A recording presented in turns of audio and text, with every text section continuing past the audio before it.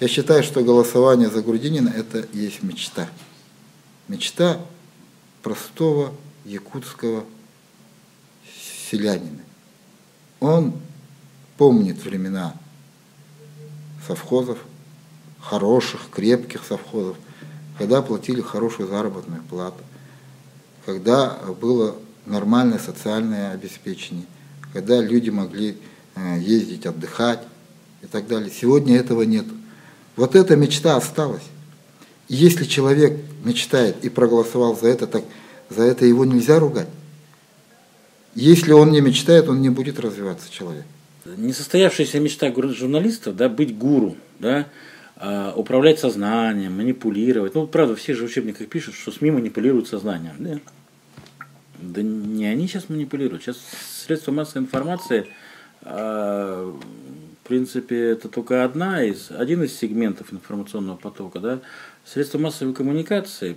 Вот в WhatsApp каждый сам себе журналист, каждый сам себе аналитик, каждый сам себе прогнозист какой-то, да, и в этом плане, мне кажется, может быть, у журналистов чувство досады такое, что не угадали, не предугадали, не предусмотрели. Ну, есть такое, творческие же личности-то, а творческим личностям свойственна некая такая истероидность, вот, невротичность. Есть определенная истерия, да, скажем, в Якутии там, и так далее, о том, что вот мы проголосовали плохо за Путина, поэтому нашему главе там, и так далее грозит отставка. Я бы не идеализировал бы это. Да? У нас выбор – это не соревнование. Кто больше даст голосов, скажем, действующему президенту. Да? Это выбор, демократический выбор каждого. Поэтому, значит, я бы, наверное, сказал, что здесь нет, скажем, определенной там вины чьей-то. Да?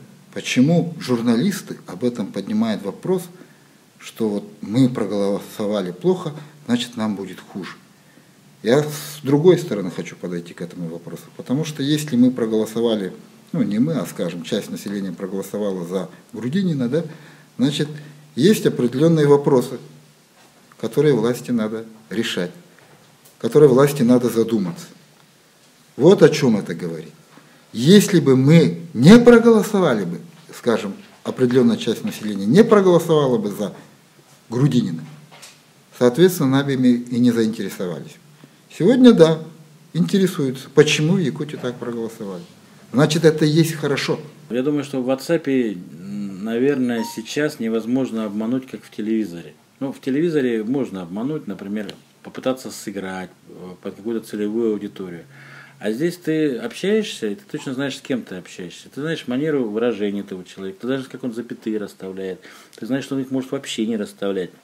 И ты понимаешь, что ты разговариваешь не с человеком, которому дали текст, которому дали кадр, картинку, а ты разговариваешь именно с тем человеком, с которым ты разговариваешь и хочешь разговаривать. Поэтому, мне кажется, WhatsApp как форма такого личного все-таки общения, тем более, что у нас, видите, в обществе там многие же отмечают. Я, правда, цифр сейчас не скажу, потому что у меня достаточно давние сведения, но, в принципе, у нас в обществе очень низкий уровень доверия к институциям различным, в том числе, например, к средствам массовой информации как таковым. И люди больше доверяют, это тоже плохо на самом деле, это неправильно. Мы должны выстраивать систему доверия на всю нашу вот эту, на весь наш социум. Там, не хочу сказать, там призывать просто глупо, но нам надо строить систему доверия, то есть меньше обманывать, чтобы больше друг другу доверять, и тогда мы сможем более быть конструктивными. И сейчас, к сожалению, вот этот уровень доверия пока только на самом низовом. Семья, друзья,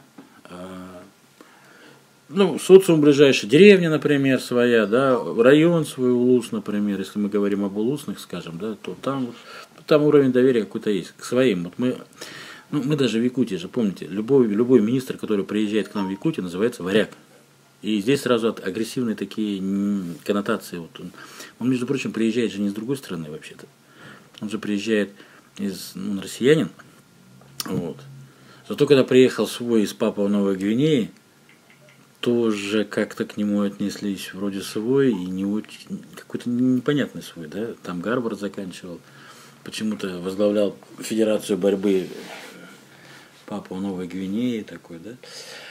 И вот WhatsApp это как раз показатель, то, что у нас уровень доверия сейчас, к сожалению, я повторяю это, к сожалению, уровень доверия у нас только вот на самый низовой. Мы верим друзьям, кого лично знаем, кого лично представляем. Вот мы же, правда, ведь там же еще аватарка есть, например, да, и нам и аватарки не надо, потому что мы знаем, с кем мы разговариваем. А телевидение там все-таки отстраненность, там есть такое недоверие, тем более тоже очень много пишут об этом, говорят, сами же журналисты. Зомбоящик, мне кажется, это не совсем народное выражение-то. Оно, мне кажется, из СМИ пришло. Ну, пришло, распространилось, теперь получаете. Права и свободы человека гарантированы нам Конституцией. И раз они гарантируются Конституцией и президентом нашей страны, да, то у каждого человека должен быть свой выбор. У каждого человека должно быть право выбора. И мы должны это уважать.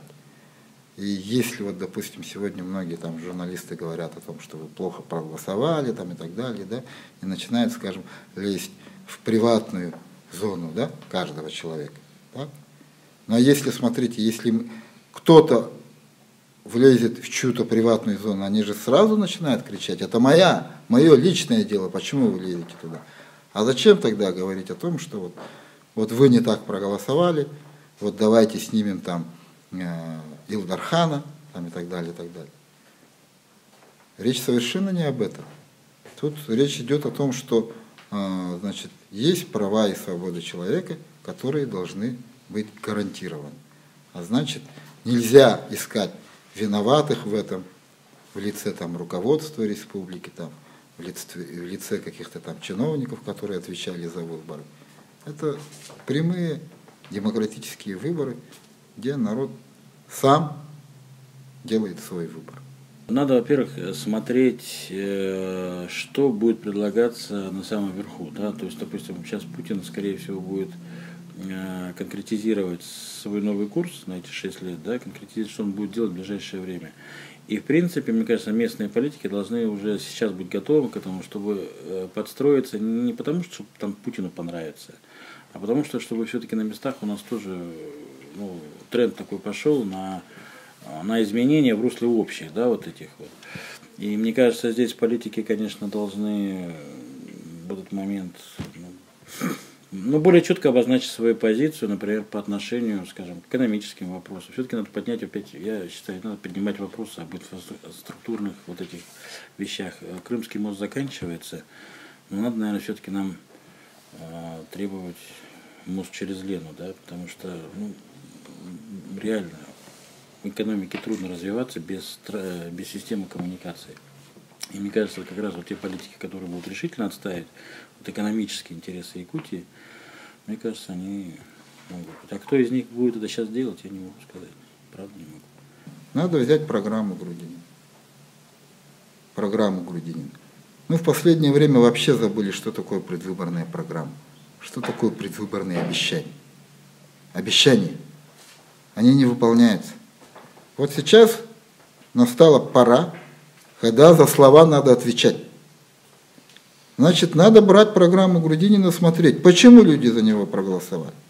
Что-то он хорошее предлагает. Значит, власти брать это на вооружение. Вот и все. Ничего тут такого экстраординарного не произошло. Просто народ высказал свою позицию.